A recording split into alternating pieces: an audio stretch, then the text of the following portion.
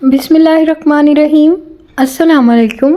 मैं हूँ शाज़िया शेख और वेलकम करती हूँ आपको लजीज़ मसाला किचन में। उम्मीद करती हूँ कि आप सब खैरियत से होंगे और मेरी दुआ है कि अल्लाह ताला आप सबको शाद आबाद रखे और अपने हिफ्ज़-ओ-अमान में रखे। तो आज हम बना रहे हैं जी मटन और शिमला मिर्च।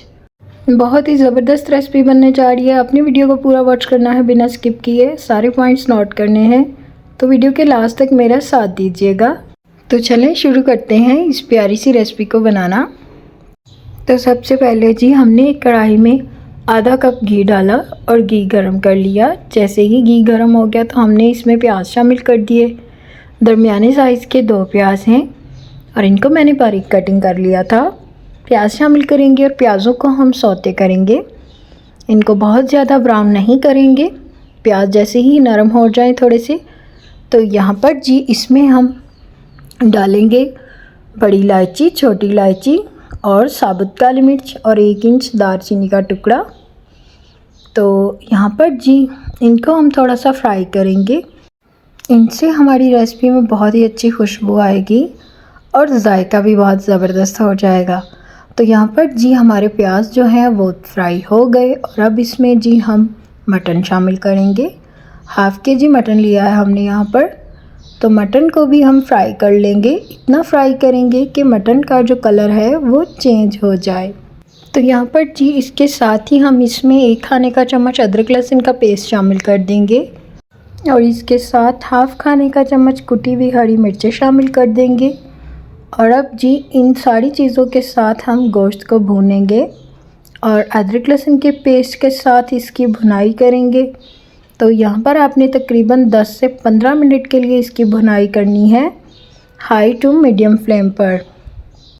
तो यहाँ पर जी 10 से 15 मिनट हो गए। अब इसमें स्पाइसेस ऐड करते हैं।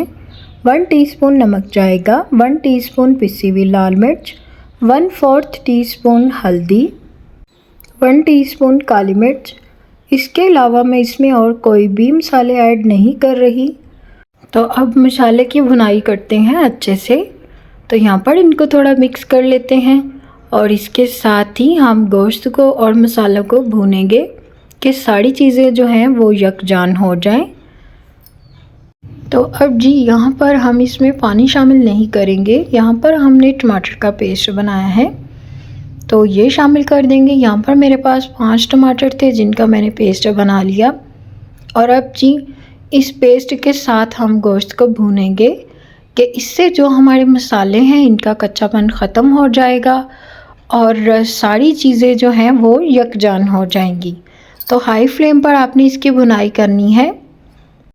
तो यहाँ पर जी हमने 10 मिनट के लिए इसको भुना और आप देख सकते हैं कि मसाले से घी अलग होना शुरू हो गया है और जो टमाटर के पेस्ट का पानी था वो सारा ड्राई हो गया है।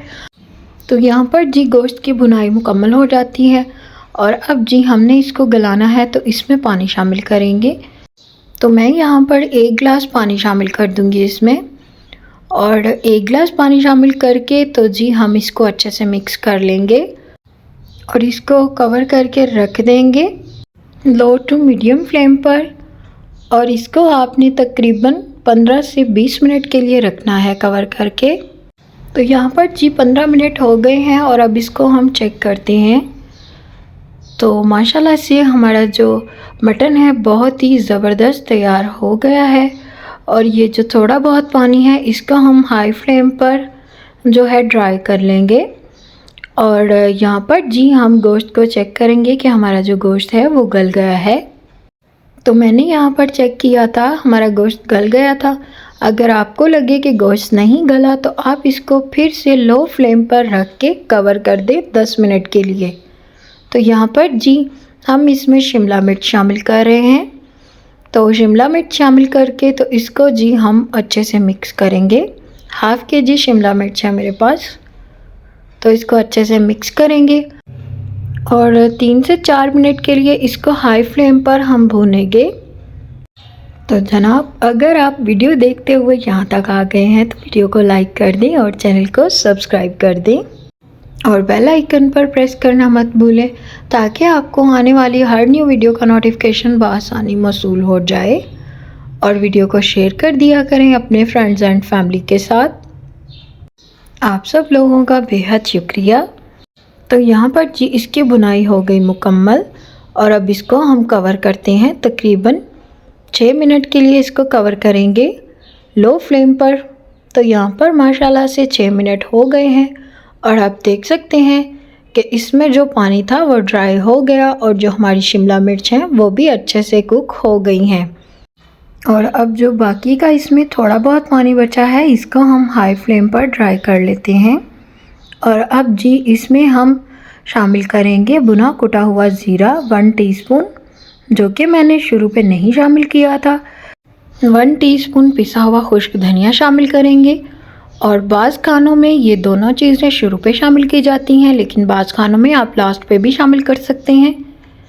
तो इनसे बहुत ही ज़बरदस्त जायका और खुशबू आएगी। तो माशाल्लाह से बहुत ही ज़बरदस्त रेसिपी बनकर तैयार हो गई है। आपने इस रेसिपी को ज़रूर ट्राई करना है, बहुत ही ज़बरदस्त रेसिपी है। तो अब जी यहाँ पर हम इसमें डालेंगे थोड़ा सा हरा धनिया और हरी मिर्च भी आप शामिल कर सकते हैं। अगर आप शामिल करना चाहें तो आपकी मर्ज़ी है।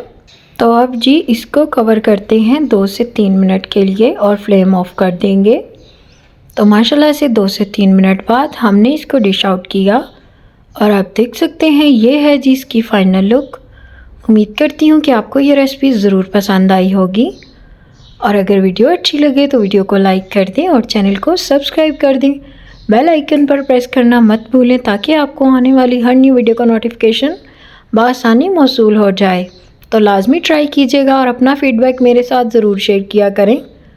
तो मिलते हैं आपसे न्यू रेसिपी के साथ। अपना बहुत ख्याल रखें, अपनों का बहुत ख्याल रखें और मुझे अपनी दुआओं में ज़रूर याद रखिएगा। अल्लाह हाफिज़।